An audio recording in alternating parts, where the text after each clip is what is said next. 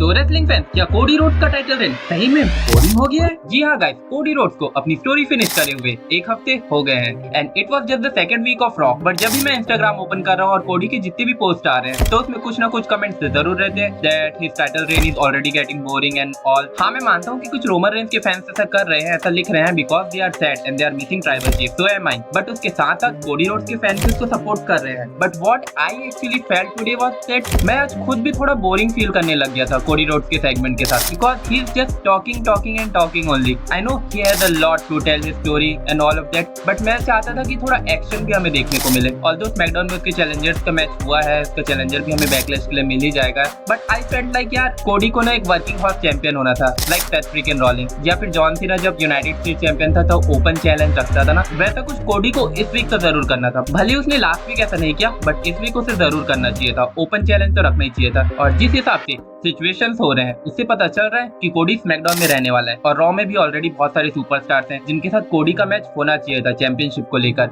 जे ओसो है, Drew McIntyre है, judgement day से फिन बैलर है। चैंपियनशिप के लिए कितने सारे मैचेस हो सकते थे, इवन सैमी ज़ेन हो गया, चैट गेबल हो गया। तो यार मैचेस देखने में तो मजा आता और हमें पता ही है कि स्मैकडाउन के सुपरस्टार ही कोडी को आगे चैलेंज करने वाले हैं अभी के टाइम के लिए। तो गाइस अगर कोडी भी सिर्फ पेपर व्यूज में परफॉर्म करे और अपनी टाइटल ऑन द लाइन रखे तो थोड़ा सा बोरिंग हो जाएगा। मैं चाहता हूँ कि कोडी एक फाइटिंग चैंपियन रहे। हम सभी फैंस उसकी स्टोरी फिनिश होते हुए देखना चाहते थे but we all never thought कि स्टोरी फिनिश हो जाएगी उसके बाद क्या। उसके बाद मैं तो यही सोचता हूँ कि कोडी एक फाइटिंग चैंपियन होना चाहिए और भी स्टोरी होनी चाहिए और कोडी का ना कैरेक्टर भी बिल्ड होना चाहिए। हालांकि रोमन रेंस की कंडीशन में अलग था क्योंकि वो हील था तो वो किसी पर भी अटैक कर देता था, शॉकिंग अटैक हो जाता था और उसके पास अलग सी ब्लड लाइन थी। वैसा कुछ कोडी के पास नहीं है। तो मैं चाहता हूँ कि कोडी रोड्स के जैसे जॉन सीना वाला ट्रीटमेंट मिल रहा है तो उसके सामने हर रोज एक नया चैलेंजर खड़ा हो जाए और कोई ना कोई उसकी धुलाई करने की कोशिश करे या उस पर सडन अटैक कर दे और वो इन सभी चीजों से फाइट करे। वो देखने में काफी ज्यादा मजा आएगा। तो गाइस एट लास्ट मैं यही कहना चाहूंगा कि क्या कोडी रोड्स का टाइटल रेन सच में बोरिंग होता जा रहा है? गाइस अभी जस्ट स्टार्टिंग है और हमें इतनी जल्दी जज नहीं करना चाहिए बट ऐसा ही अगर चलता रहा और कोडी रोड्स हर हफ्ते सिर्फ प्रोमोस कट करते रहा